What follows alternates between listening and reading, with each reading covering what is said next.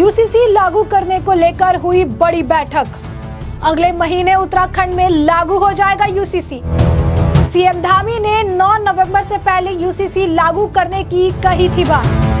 आज का दिन बहुत ही महत्वपूर्ण दिन है। ये जो हमारा कानून है ये बन गया है। राष्ट्रपति जी को जाने के बाद जैसे ही वापस आएगा राज्य के अंदर हम इसको लागू करने के लिए जो भी समस्त औपचारिकताएं वो पूरी करेंगे। आइए मिलकर ये जो यूसीसी विधेयक है, यूनिफॉर्म सिविल कोड, समान नागरिक संहिता, इसको पास करें। वैसे मैं आपको बता दें कि उत्तराखंड में समान नागरिक संहिता यानी यूसीसी लागू करने की उल्टी गिनती अब शुरू हो गई है।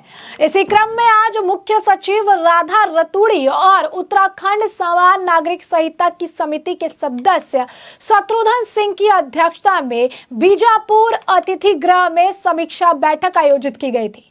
बैठक में यूसीसी नियमावली बनाने के संबंध में चर्चा हुई। बता दें कि 12 जुलाई को लंबे इंतजार के बाद उत्तराखंड यूनिफॉर्म सिविल कोड यानी यूसीसी की रिपोर्ट सार्वजनिक की गई थी। कुछ दिन पहले मुख्यमंत्री पुष्कर सिंह धामी ने इसे लेकर बड़ा बयान भी दिया था। अब ऐसे में आपको बता दें कि पुष्कर सिंह धामी ने 9 नवंबर से पहले यूनिफॉर्म सिविल कोड लागू करने की बात दोहराई थी। बैठक में गृह, पुलिस, स्वास्थ्य, आबकारी, अल्पसंख्यक, सांस्कृतिक, खाद्य और नागरिक आपूर्ति, ऊर्जा नियोजन और वित्त विभाग के सहयोग और समन्वय से उत्तराखंड यूसीसी की नियमावली बनाने में संबंधित विभिन्न पहलुओं पर विस्तृत चर्चा की गई। मुख्य सचिव राधा रतूड़ी और उत्तराखंड यूसीसी सदस्य शत्रुघ्न सिंह ने यूसीसी के क्रियान्वयन के लिए बनने वाली नियमावली को अंतिम रूप देने के सभी विभागों को सहयोग करने। अध्यक्ष जी, आपकी अनुज्ञा से समान नागरिक संहिता उत्तराखंड 2024 विधेयक को पारित करने की मैं अनुज्ञा चाहता हूँ। प्रश्न यह है कि समान नागरिक संहिता उत्तराखंड 2024 विधेयक को पारित किया जाए। जो माननीय सदस्य इसके पक्ष में हो कृपया हाँ कहें। जो माननीय सदस्य इसके विरोध में हो कृपया नहीं कहें। हाँ की संख्या अधिक है, अतः विधेयक पारित हुआ।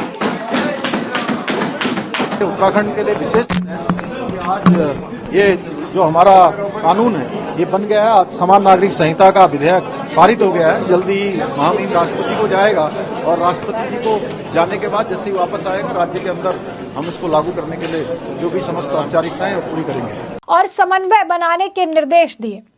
यूसीसी कमेटी सदस्य और सभी विभागों के अधिकारी इस बैठक में शामिल थे। बैठक में यूसीसी कमेटी सदस्य मनु गौर, सुरेखा डंगवाल, पुलिस महानिदेशक अभिनव कुमार, विशेष प्रमुख सचिव अमित सिन्हा, प्रमुख सचिव रमेश कुमार, सुधांशु सिंह, गृह, पुलिस, स्वास्थ्य, आबकारी, अल्पसंख्यक, सांस्कृतिक, खाद्य और नागरिक आपूर्ति, ऊर्जा नियोजन, वित्त विभाग के अधिकारी मौजूद रहे। क्योंकि यूसीसी अपने आप में एक बड़ा, अगर आप कहेंगे, स्टेप होने वाला है जो देवभूमि उत्तराखंड में लागू किया जाएगा। वैसे में इसे लागू करने की तैयारियां एकदम अंतिम चरण पर पहुंच गई है।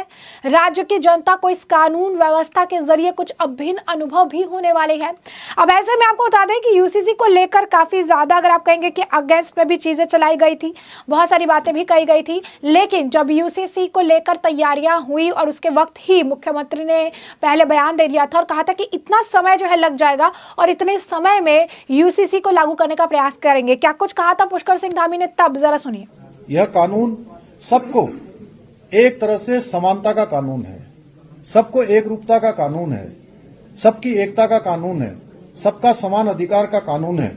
यह इसके बारे में अलग अलग लोग अलग अलग बातें कर रहे थे, लेकिन सारी बातें आज और कल जो 2 दिन विधानसभा के अंदर चर्चा हुई है, उस चर्चा में बहुत चीजें स्पष्ट हो गई हैं कि ये कानून हम किसी के खिलाफ नहीं लाए हैं, ये कानून किसी के विरुद्ध नहीं है, बल्कि ये उन माताओं, बहनों, बेटियों के लिए जिनके जीवन में कई बार कुरीतियों के कारण से, कई बार असमानताओं के कारण से उनको अनेक कष्टों का सामना करना पड़ता था, अनेक बार उनको यातनाओं का सामना करना पड़ता था। उन कुरीतियों के कारण से उनका आत्मबल कमजोर होता था। उनके आत्मबल को मजबूत करने का काम, उनको उत्थान की ओर ले जाने का काम, उनकी सर्वांगीण उन्नति के लिए ये कानून हमने बनाया है। ये सब बच्चों के भी हित में है, मातृशक्ति के भी हित में। इस कानून में जहां विवाह, तलाक, गुजारा भत्ता, उत्तराधिकार, लिव इन रिलेशनशिप जैसे जो अनेक महत्वपूर्ण विषय हैं, उन सभी विषयों को इस कानून में शामिल किया गया है। तो जैसा कि आपने सुना कि पुष्कर सिंह धामी ने ये चीजें जो है बताई है कि किस तरीके से वो कोशिश करेंगे अक्टूबर से लेकर नवंबर 9 तारीख से पहले इसे लागू करने के लिए। साथ ही साथ उन्होंने बताया कि किस तरीके से यूसीसी जो है वो किसी वर्ग के खिलाफ नहीं है, किसी और के खिलाफ नहीं है, यूसीसी सबके लिए है। ये जितने भी नागरिक रह रहे हैं उन सबके लिए, उनके उत्थान के लिए है, महिलाओं के लिए है, बच्चों के लिए है, युवाओं के लिए है और यूसीसी सबका प्रॉफिट होगा। यूसीसी से किसी का लाभ जो है नुकसान जो है नहीं होगा, सबको लाभ इसका मिलेगा और इस बात को समझने की जरूरत है। अब आपको बता दें कि जानकारी के मुताबिक इस व्यवस्था में राज्य के लिए जानकारियों का डेटाबेस तैयार करने के लिए आधुनिक तकनीक की सहायता भी ली जाएगी। राज्य में सामान्य नागरिक संहिता लागू होने के साथ शादी का पंजीकरण करवाना भी अनिवार्य हो जाएगा। ऐसा नहीं करने वालों को सरकारी योजनाओं का लाभ नहीं मिलेगा। ऐसा निर्णय मुख्य सचिव राधा रतूड़ी और उत्तराखंड सामान्य नागरिक संहिता समिति के सदस्य शत्रुघ्न सिंह की अध्यक्षता में हुई बैठक में संहिता की नियमावली के अंतिम चरण की समीक्षा और कार्यान्वयन पर गहन विचार विमर्श के बाद लिया गया है। मिली जानकारी में यह भी कहा गया कि संहिता में शादी पंजीकरण अनिवार्य तौर पर कराने के प्रावधान के तहत क्रियान्वयन के लिए सरकार को उपाय सुनिश्चित करने होंगे।